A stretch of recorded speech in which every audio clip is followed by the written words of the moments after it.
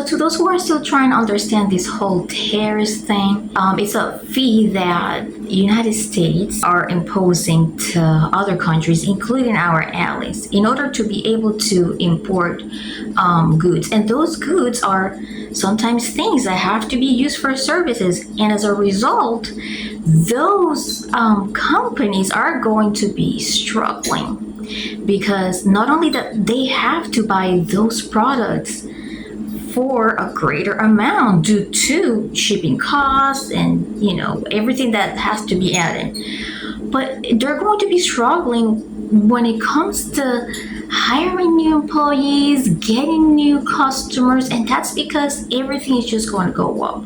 There are rumors that things like food are going to go up first, and then things like electronics, toys, clothes are going to come later. However, Pharmaceuticals are linked to surrogacy. Let's talk about that too.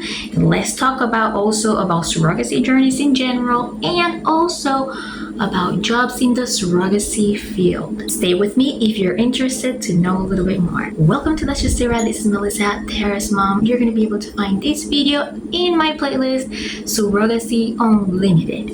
Find the link to that playlist in the description below, along with also 2 links in addition to that will lead you to my other 2 playlists in surrogacy. Now, please use your discretion because my first 2 playlists in surrogacy are a little bit wild.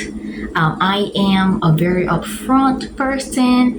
I am very opinionated. I say things the way that they are, and I do still carry a very strong trait of empathy, and I am a very compassionate person, but I have to be honest too, and I do offer a very strong insight in my videos.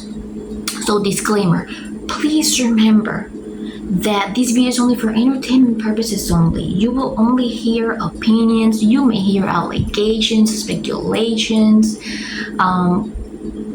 things that could just may not be true. It's just my opinion. These are just my thoughts, my reactions, and nothing that you hear here is something that necessarily any other business that I may have affiliated with or that I may be currently affiliated with. It's not something that I may necessarily share with them. So please keep that in mind. This video in particular may contain triggering subjects, so here's my trigger warning. If you feel like you're in a sensitive situation right now and it's not the right time to watch the video, please take that into consideration and possibly watch it in another time. I am an experienced surrogate and I am in the surrogacy field. I have for like 2 years now. Surrogacy is one of my biggest passions in life, and me doing this is just like a way to share more of my passion for surrogacy and my concern. I do not use teleprompters. I guess I just wrote like 2-3 words as for like when I was brainstorming to make this video. It's going to be a very opinion based video, so let's get ready for it. Buckle up. Okay, so when I was watching the news this morning, yes, absolutely. In my opinion, there is a war, I'm going to say, like a trade war between these countries and Trump. And what I find still hypocritical is that he is imposing these to allies. Now, apparently and allegedly, the tariffs are now at 104% with China. So what I learned this morning when I was watching NBC News is that Trump is going to start pushing very soon for pharmaceuticals. Why? Because he's trying to get those pharmaceuticals to work directly with the US instead of going to China and then us getting those pharmaceuticals from China. Do you see what I'm saying? I am a former manuscript editor for a very small publishing company. So you might actually see on this side a little bit of information about the novel that I am writing. If you're interested to learn a little bit more about that, go ahead and over to the description. You're going to find a link with the playlist with updates. You're also going to find a link in which you can read a little bit more about myself. He's trying to do everything as domestic as possible, and he believes that inflicting temporary pain, which we do not know how long that pain will be, will apparently and allegedly improve the economy of the United States. And his administration is being asked where this money is supposed to go. Is it going to go to the Treasury, or is it going to go back to the Americans? When I was watching the Senate hearing yesterday, I didn't hear a clear answer. Word in the street is word in the street. Remember, these are allegations that this money is supposed to go to Treasury so that billionaires can actually borrow at lower interest rates. And that is what is getting a lot of minds racing. So now, as a result of all of this stuff, a lot of people are questioning themselves. Is this course going to be reversed? And if not, then why do businesses and why are the people going to have to pay for this? And how long is this supposed to last? Now, obviously, this is not going to affect everyone. This is going to affect a big percentage of the population. However, a lot of people say, oh, because it is surrogacy. A lot of rich people do surrogacy. They can afford this, they can afford that. If they're able to afford all these doctors and surrogates and everything, they won't mind paying a little extra. Well, it's going to affect surrogacy in many ways.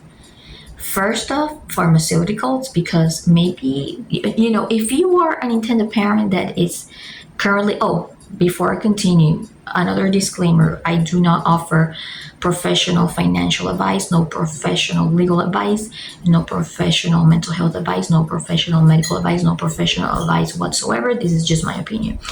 If you're an intended parent and you are currently in the medical stage with your surrogate, as in, you have bought all medications and maybe, transfer just worked and you don't have to worry so much about progesterone anymore until the 12 weeks or whatever, then fine.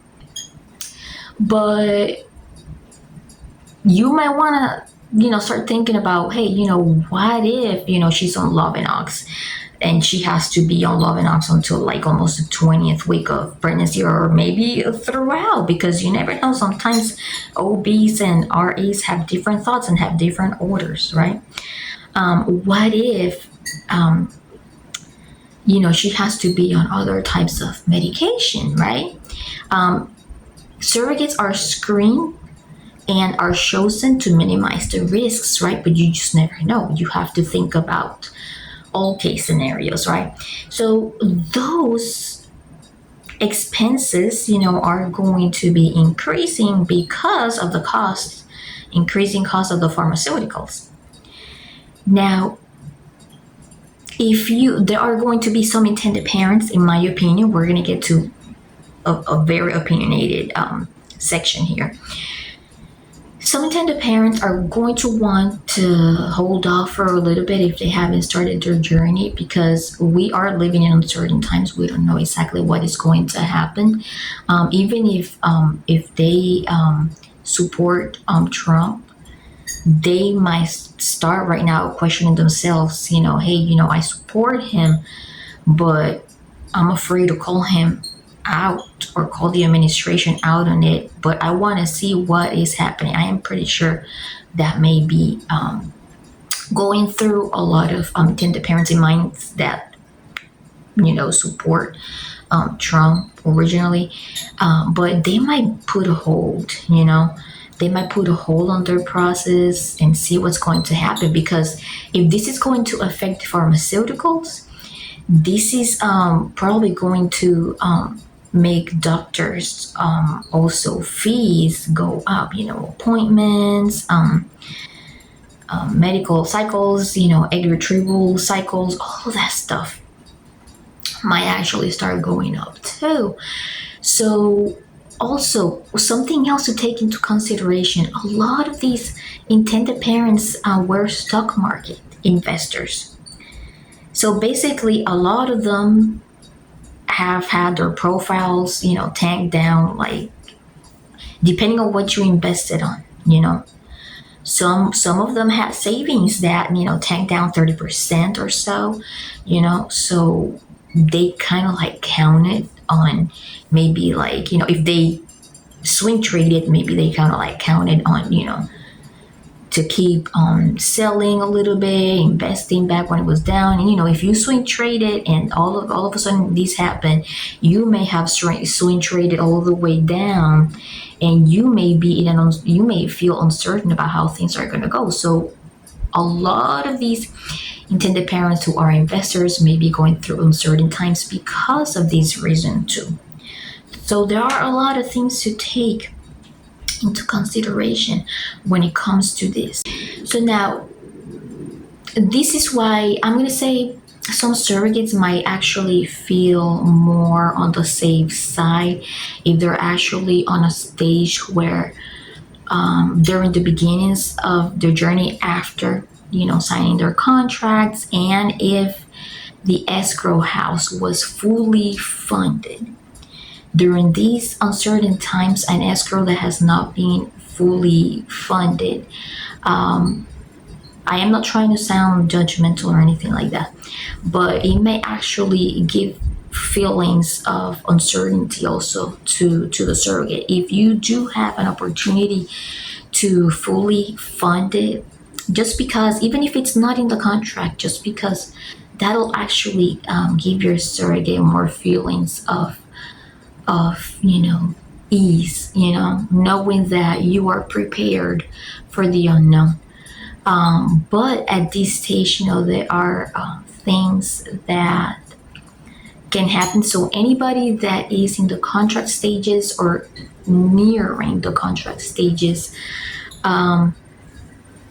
may be actually wary, just both surrogates and intended parents, because you don't know what is going to happen. But like I said before, some intended parents that have been thinking about, having their own biological child or children through surrogates because they can't carry, are going to be facing some challenges, in my opinion, until all of this stuff starts going back to normal, hopefully. Now, when it comes to the surrogacy field, of course, as a result of the economy uncertainty, there's going to be a slowdown. That's my opinion. That's how I forecast it. There might be some agencies that might not compromise or commit themselves into hiring a whole bunch of people right now due to the uncertainty of the tariffs. And that's because, they need intended parents in order to thrive. They need intended parents in order for those surrogacy agents to be able to invest in new employees. So if they're going to choose somebody to work for them, if they were choosy before, they're going to be even more choosy.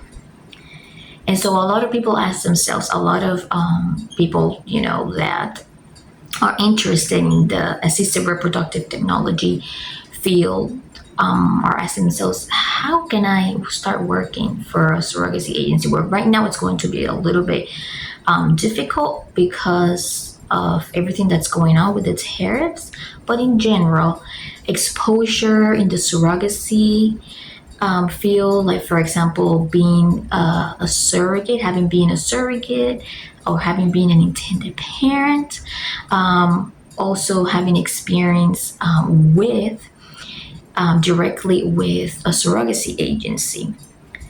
And there needs to be a lot of networking. Why? Because if you don't put yourself out there, if you don't let people get to know you, there won't be a trust built between you and those who are watching you talk or those who are watching you work. For example, when I started in the field, basically I offered services to a surrogacy agency, and I say, look, I think I have the skills to be able to help your agency thrive. And so I started off, by getting bonuses for recruiting, but I did not get my first bonus until my first recruit got legally cleared, right? That's how I got my foot on the door. And so that for me meant to have worked many, many, many, many, many, many hours. I had to do a lot of, and for free. I had to do a lot of outreach via social media. I created a lot of content that if you go back to my old surrogacy videos, you're gonna see. And then you have to build trust with other people that are interested in the surrogacy in a surrogacy agency. I mean, in a surrogacy journey, and you have to build that trust with them, because if you don't build that trust with them, they're not going to be safe. I mean, they're not going to feel safe going into a new journey, right? And then after that, when I felt like I already had reached my full potential when it comes to recruiting and everything, I moved on to a different agency so that I could go to the next chapter of my life and my journey when it comes to the surrogacy field. So basically, I took on new responsibilities, new challenges. For example, I did a lot of consulting.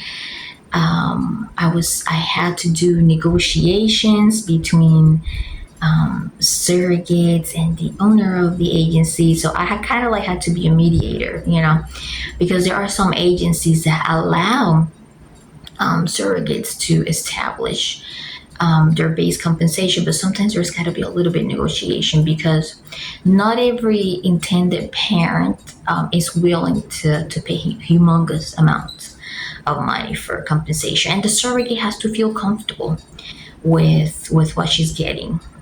So I had to do a lot of that.